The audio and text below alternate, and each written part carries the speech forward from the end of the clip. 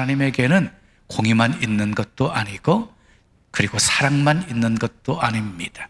공의와 사랑이 완전하게 함께 하시는 분이십니다. 그래서 때로 하나님은 벌과 은총 사이에서 갈등하시는 분으로 보이기도 합니다. 자, 아담과 하와를 보십시오. 그냥 죄를 묵과하지 않으셨습니다. 선악과를 따먹은 아담과 하와를 에덴 동산에서 쫓아내셨습니다. 이것이 공의입니다. 그런데 하나님께서 가죽옷을 지어 입히시고 새로운 살 길을 열어주셨습니다. 이것이 은혜입니다. 노아 시대를 보십시오. 죄악이 가득하여서 이 땅에 사람 지으셨음을 한탄하시면서 홍수로 심판해 버리십니다. 이것이 공의입니다. 그런데 하나님은 노아를 통해서 방주를 준비하게 하셨습니다. 이것은 은혜입니다. 다윗을 보십시오. 밧세바를 범한 후에 하나님의 큰 책망을 받습니다. 그리고 칼이 가정에서 떠나지 않을 것이라고 하나님께서 경고하셨습니다. 이것은 공의입니다. 그런데 다윗이 침상해졌도록 회개하자 하나님께서 다윗을 버리지 않으셨습니다. 솔로몬을 주셨습니다. 그래서 약속이 이어지게 하셨습니다. 이것은 은혜입니다. 하나님은 죄를 미워하시지만 죄인이 돌아오는 것은 크게 기뻐하시는 분이십니다. 징계는 하시지만 아주 망하게 치시는 분이 아니십니다. 돌아오게 하시려고 징계하시는 분이십니다.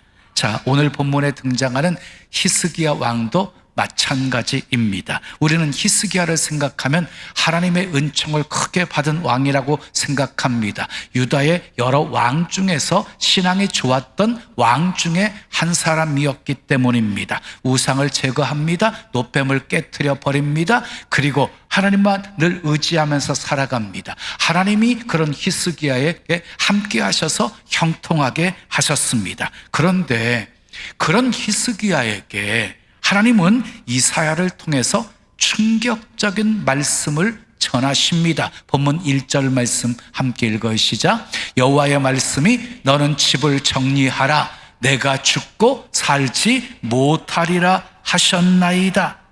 이게 보세요. 이게 무슨 말씀이? 너는 집을 정리하라. 네가 죽고 살지 못하리라. 히스기야가 도대체 하나님 앞에서 얼마나 잘못을 했기에 이런 선고를 들어야 했을까요? 이사야 선지자가 그렇게 선고하고 떠난 후에 히스기야 왕이 어떻게 합니까? 얼굴을 벽으로 향하고 통곡하면서 기도를 합니다. 회개하면서 기도를 합니다. 그랬더니 하나님이 내가 내 기도를 들었고 내 눈물을 보았노라. 그러면서 생명 15년을 연장시켜 주셨을 뿐만 아니라 아수르의 손에서 구원하시겠다고 말씀하십니다. 이렇게 상황이 반전된 이유가 무엇이었습니까? 오늘은 그 반전된 이유를 살펴보면서 함께 은혜를 나누려고 합니다. 첫 번째 따라합시다. 하나님과 멀어지면 위기가 시작됩니다. 하나님과 멀어지면 위기가 시작이 되어져요. 먼저 히스기야의 신앙을 살펴보아야 돼요. 히스기야 왕은요 참 귀한 왕이었어요. 열왕기하 18장 3절 4절 말씀을 보면 다윗처럼 하나님 보시기에 정직한 왕이었어요. 우상의 산당을 다 제거해버리고 아사라 목상을 찍어버리고 그리고 이스라엘 백성들이 우상처럼 섬겼던 뱀까지 깨트려 박살내버렸어요. 하나님과 연합하여서 떠나지 아니하였고 하나님의 계명을 지켰던 왕이었어요. 그런 히스기야 왕에게 하나님이 복을 주셨어요. 열왕기하 18장 7절 8절 말씀 우리 함께 읽어요. 시작. 여호와께서 그와 함께 하심에 그가 어디로 가든지 형통하였더라. 저가 아수르 왕을 배반하고 섬기지 아니하였고 그가 블레셋 사람들을 쳐서 가사와 그 사방에 이르고 망대에서부터 견고한 성까지 이르렀더라. 여호와께서 함께 하셔서요 어디로 가든지 형통하게 되었습니다. 그리고 아수르 왕을 배반하여서 섬기지 못하게 하셨습니다. 블레셋을 쳐서 영토를 더 넓히게 하셨습니다. 하나님이 히스기야를 축복하신 거예요. 그런데 문제는요, 히스기야 왕이 위기 앞에서 흔들려요. 위기 앞에서 아수르의 사내립이 침공에 들어오게 되어지자 이때 하나님을 의지하지 않고 아수르 왕에게 항복하면서 이렇게 요청을 해요. 내가 왕에게 범죄하였나이다. 나를 떠나서 돌아가소서. 왕이 내게 지우는 것은 내가 다 해드리겠습니다. 그랬더니 사내립이 무리한 요구를 해요. 은 300달란트와 금 30달란트를 바쳐라. 그래서 히스기야 왕이 은과 금을 바치기 위해서 어떻게 했냐면요, 성전에 있는 은과 금 그리고 왕궁에 있는 은과 금을 다 내어주었습니다. 그것도 모자라 가지고 성전의 문에 있는 것 그리고 성전 기둥에 장식되어 있는 금까지 다 벗겨가지고 바쳤습니다. 사단의 목적이 바로 여기에 있습니다. 은금을 빼앗는 데 있는 것이 아니었어요. 하나님과의 관계를 끊어놓는 데 목적이 있었던 것이에요. 욥을 시험할 때도 마찬가지였지요. 재산을 다 빼앗아 갔지요. 10자녀 하루아침에 죽었지요. 자기 몸에 악창까지 생겼지요. 여러분, 사단이 물질이 필요해서 물질 빼앗아간 거 아니에요. 건강이 필요해서 건강 빼앗아간 거 아니에요. 결국 그것을 빼앗아감으로 욥으로 하여금 하나님을 대면해서 욕하게 만들기 위함이었어요. 그러니까 결국 하나님과의 관계를 멀어지게 만드는 것이 사탄의 시험의 목적이었던 것이에요. 여러분 기억하십시오. 사탄의 목적은 은금을 빼앗는 것이 아닙니다. 건강을 빼앗는 것이 아닙니다. 하나님과의 관계를 끊어버리는 것이 목적입니다. 그러므로 속지 마십시오.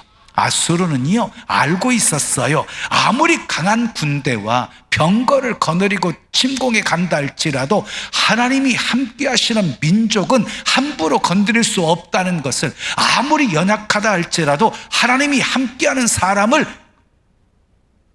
마음대로 어떻게 할 수 없다는 것을 아수르는 너무 잘 알고 있었어요. 그래서 아수르의 진짜 목적은 무엇이었냐면요, 결국 하나님과 멀어지게 만들고 하나님을 의심하게 만들고 하나님을 의지하게 못하게 만들고 하나님과의 관계를 멀어지게 만드는 데 목적이 있었던 것이에요. 결국 히스기야는요, 두려움에 흔들려요. 성전에 음과 금까지 다 내어주게 되었어요. 아수르는 그것을 보면서 확신하게 되어져요. 이제 하나님이 저들과 함께 하지 않을 것이다. 성전에 있는 모든 금과 은, 성전의 기둥에 있는 금까지 다 벗겨서 바쳤으니 그런 이스라엘 백성들과 하나님이 결코 함께하지 않을 것이다 라고 확신했던 것이에요. 그래서 사신을 보내가지고요, 이 유대인들 이스라엘 백성들의 마음들을 흔들어 놓습니다. 너희는 히스기야의 말을 믿지 말라. 너희 하나님이 우리들 손에서 건져내실 것이라는 말을 속지 말아라. 이제 너희는 결코 우리를 이길 수 없다. 무엇입니까? 전쟁은 칼과 창으로만 싸우는 것이 아닙니다. 믿음을 무너뜨리는 영적 전쟁이 더 무서운 것입니다. 사단도 마찬가지예요. 우리의 환경을 흔드는 것이 아닙니다. 기도를 포기하게 만들고 의심하게 만들고 하나님과의 관계 멀어지게 만드는 것이 목적입니다. 사랑하는 여러분, 사단이 가장 두려워하는 사람은 완벽한 사람이 아닙니다. 끝까지 하나님을 붙드는 사람입니다. 다시 말씀드립니다. 사단이 가장 무서워하는 사람은 완벽한 사람이 아니라 끝까지 하나님을 붙드는 사람입니다. 여러분 모두 사단이 무서워하는 사람 되시기를 축복합니다. 두 번째 따라해요. 간절한 기도는 하나님을 움직입니다. 자, 아수르가 다시 침공에 들어왔을 때 히스기야는 이전과는 달랐어요.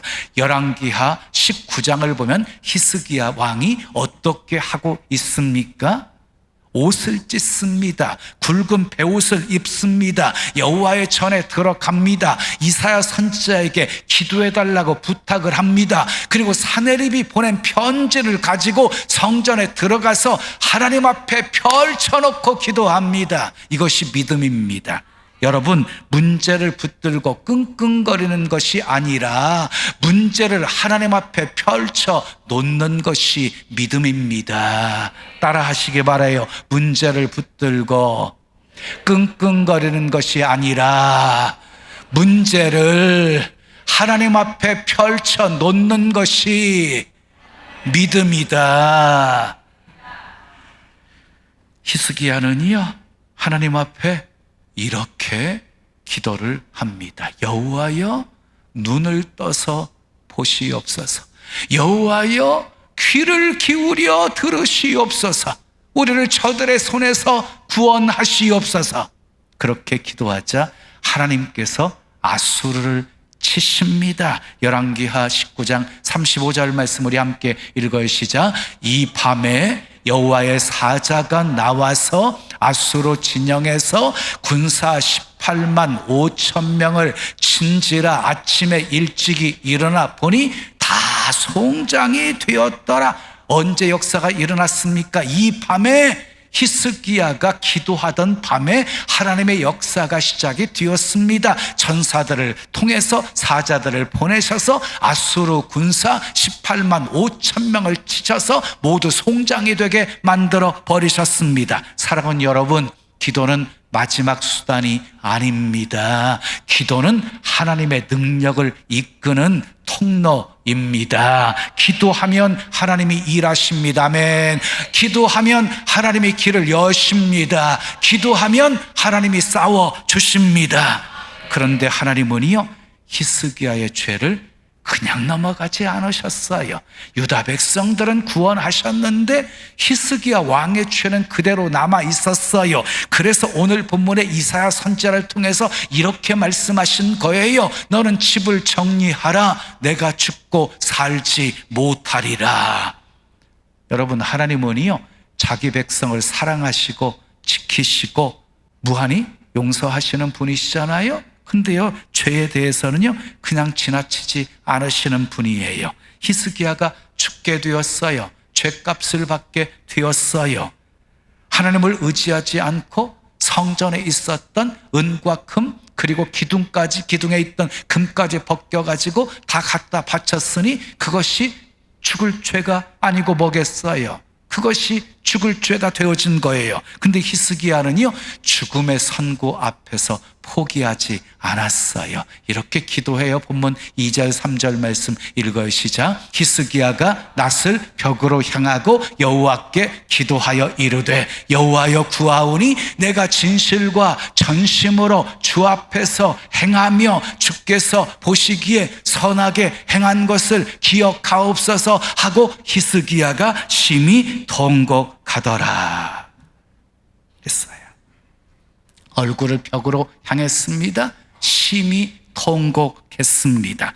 회개하며 기도했습니다. 왕의 체면도 내려놓았습니다. 자존심도 내려놓았습니다. 하나님께 매달렸습니다. 이렇게 기도하는 히스기야의 모습을 이사야 선지자가 이렇게 표현해 놓았어요. 이사야 38장 14절 말씀 함께 읽어요. 시작. 나는 제비같이 학같이 지저귀며 비둘기같이 슬피 울며 내 눈이 쇠하도록 앙망하나이다. 히스기야는 제비같이 학같이 비둘기같이 슬피 울면서 기도했다는 거예요. 자기 눈이 쇠할 정도로 하나님을 앙망했어요. 정말 간절한 기도였습니다. 울부짖는 기도였습니다. 매달리는 기도였습니다. 살려달라는 기도였습니다. 사랑하는 여러분, 간절함의 정도가 믿음의 정도입니다. 따라하세요.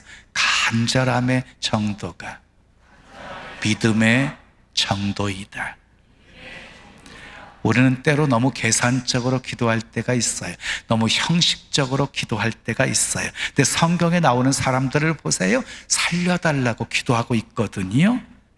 한나를 보십시오. 성전에서 통곡하면서 기도했어요. 다윗을 보십시오. 침상에 젖도록 회개하면서 기도했어요. 베드로를 보십시오. 물에 빠지면서 나를 구원하소서 외쳤어요. 하나님께서는 이런 간절하게 매달리는 기도요 결코 외면하지 않으십니다. 여러분, 기도는요 세련될 필요 없어요. 형식을 갖출 필요도 없어요. 그냥 마음을 쏟아놓으면 되는 거예요. 애절한 기도, 눈물의 기도가 필요한 것이에요. 기도의 간절함 없이 인생은 바꿀 수 없습니다. 애절한 기도 없이 상황 바꿀 수 없습니다. 결국 히스기야의 간절한 기도는요 그의 인생을 바꾸어 놓았습니다. 오늘 본문 5절에서 6절까지 말씀 읽어요. 시작. 내가 내 기도를 들었고 내 눈물을 보았노라. 내가 너를 낫게 하리니 내가 3일 만에 여호와의 성전에 올라가겠고 내가 내 날에 15년을 더할 것이며 그랬어요. 사랑하는 여러분, 하나님은 우리 기도를 다 듣고 계십니다. 아멘. 우리의 눈물을 다 보고 계십니다. 어떻게 해야 할지 막막한 상황이십니까? 앞이 캄캄하십니까? 돌파구를 전혀 찾을 수가 없습니까? 눈을 들어서 도움이 되시는 하나님을 바라보십시오. 기도하십시오. 기도하면 하나님이 도와주십니다. 간절한 기도는 하나님을 움직이기 때문입니다. 자, 세 번째 따라하세요. 하나님께 돌아가야 은총이 임합니다. 자, 히스기야의 기도는요 회개의 기도만이 아니었어요. 여러분 잘 기억하세요. 급할 때 이 기도 써먹으셔야 돼요. 자, 히스기야는 통곡하면서 이렇게 기도했어요. 본문 3절 말씀 읽어요. 시작. 여호와여 구하오니 내가 진실과 전심으로 주 앞에 행하며 주께서 보시기에 선하게 행한 것을 기억하옵소서 하고 히스기야가 심히 통곡하더라. 여호와여 내가 이전에 진실과 전심으로 주 앞에서 행한 것을 기억해 주시옵소서. 전에 주께서 보시기에 선하게 행한 것을 기억해 주시옵소서. 이렇게 기도했어요. 저는 목회 초기에 이 기도 잘 써먹었어요. 참 많이 써먹었어요. 제가 23살, 24살 당시 목회 초기에 너무 힘들고 고통스러울 때 환경 때문에 오는 어려움은 참을만 했는데요, 사람 때문에 오는 힘듦과 고통은 정말 참기 힘들었거든요. 그래서 하나님 앞에요 이런 기도 참 많이 해서 히스기야 왕처럼, 주님 나 젊음 바쳤어요.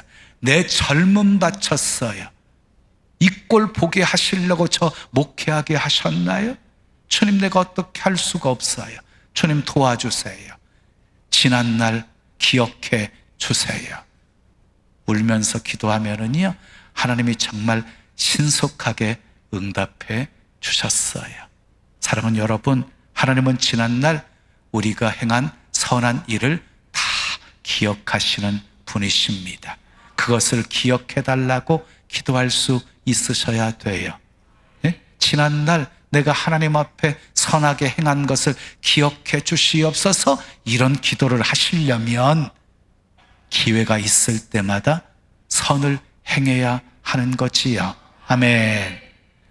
하나님이 히스기야의 기도를 들으셨습니다. 내가 내 기도를 들었고 내 눈물을 보았노라 하시면서 생명 15년을 연장시켜 주셨습니다. 그리고 이렇게 말씀하셨습니다. 본문 6절 말씀 읽어요. 시작. 내가 나를 위하고 또 내 종 다윗을 위함으로 이 성을 보호하리라 하셨다 하라. 보세요. 내가 나를 위하고 또 내 종 다윗을 위함으로, 이게 무슨 말이에요? 하나님은 자신의 이름을 위하여서 그리고 약속을 이루시기 위해서 역사하시는 분이라는 것이에요. 그리고 히스기야 왕의 병을 고쳐주십니다. 이어지는 7절 말씀 읽어요. 시작. 이사야가 이르되 무화과 반죽을 가져오라 하매 무리가 가져다가 그 상처에 놓으니 나으니라. 히스기야의 병은 깨끗이 고침 받았습니다. 보십시오. 히스기야가 지난 날을 기억해 주시옵소서라고 기도하며 회개하니까 뭐 하니까요? 회개하니까 벌과 은총 사이에서 갈등하시던 하나님이 은총을 선택하신 거예요. 아멘. 다윗을 보십시오. 우리아의 아내 밧세바를 범하고 죄를 은폐하려고 하다가 살인죄까지 추가해서 범하게 되어집니다. 하나님이 둘 사이에 태어난 아들을 치십니다. 그때 아들이 병들어 죽어가고 있을 때 다윗이 금식하면서 회개합니다. 그때 하나님께서요, 벌과 은총 사이에서 갈등하시다가 벌로 아들은 죽게 하시고 은총으로 솔로몬을 허락해 주셨습니다. 따라하시기 바라요. 죄 문제 해결해야 은총이 임한다. 그렇습니다. 죄 문제 해결해야 은총이 임합니다. 그래서 하나님은 범죄한 이스라엘 백성들을 향해서 수없이 회개를 선포했어요. 이사야 1장 18절에 오라 우리가 서로 변론하자. 너희의 죄가 주홍 같을지라도 눈과 같이 희어질 것이요 진홍같이 붉을지라도 양털같이 희게 되리라. 이사야 55장 17절에 악인은 그 길을, 불의한 자는 그의 생각을 버리고 여호와께로 돌아오라. 그리하면 그가 긍휼히 여기시리라. 우리 하나님께로 나아오라. 그가 널리 용서하시리라. 호세아 6장 1절에 오라 우리가 여호와께로 돌아가자. 여호와께서 우리를 찢으셨으나 도로 낫게 하실 것이요 우리를 치셨으나 싸매어 주실 것임이니라. 사랑하는 여러분, 하나님은 우리를 망하게 하려고 치시는 분이 아닙니다. 하나님께 돌아오게 하시려고 치시는 분이십니다. 하나님은 벌보다 은총을 베푸시기를 원하십니다. 심판보다 회복을 원하십니다. 그래서 오늘 또 말씀하십니다. 내게로 돌아오라. 내게로 돌아오라. 회개는 구원의 관문입니다. 회개는 구원의 축복입니다. 축복의 관문입니다. 집을 나간 탕자는 비참했지만 아버지 집으로 돌아온 탕자는 행복했습니다. 아버지께로 돌아오자마자 모든 것이 해결되었고 회복되었고 채워졌습니다. 사랑하는 여러분, 하나님은 히스기야의 눈물을 보셨습니다. 히스기야의 회개의 기도를 들으셨습니다. 그래서 결국 벌보다 은총을 선택하셨습니다. 오늘 우리도 하나님께 돌아오면 벌과 은총 사이에서 갈등하시던 하나님이 은총을 베풀어 주실 줄 믿습니다. 지체하지 마십시오. 망설이지 마십시오. 하나님은 지금도 돌아오라고 애타게 부르고 계십니다. 늦지 않았습니다. 하나님은 때로 고통도 허락하시고 우리에게 아픔도 허락하시고 질병도 실패도 허락하십니다. 그러나 하나님이 정말로 주시려는 것은 심판이 아니라 회복입니다. 아멘. 저주가 아니라 축복입니다. 벌이 아니라 은총입니다. 징계 속에도 하나님의 사랑이 있습니다. 돌아오십시오. 은혜의 자리로 돌아오십시오. 기도의 자리로 돌아오십시오. 믿음의 자리로 돌아오십시오. 순종의 자리로 돌아오십시오. 말씀이 있는 떡집으로 돌아오십시오. 주께 돌아오는 우리에게 벌과 은총 사이에서 갈등하시는 하나님이 용서해 주시고 아멘 고쳐 주시고 싸매어 주시고 잃어버린 기쁨 회복시켜 주시고 마침내 은총의 바다에서 헤엄치며 살게 하실 것 믿습니다. 이런 축복이 저와 여러분의 삶에 가득하기를 예수님의 이름으로 축원합니다. 축원합니다.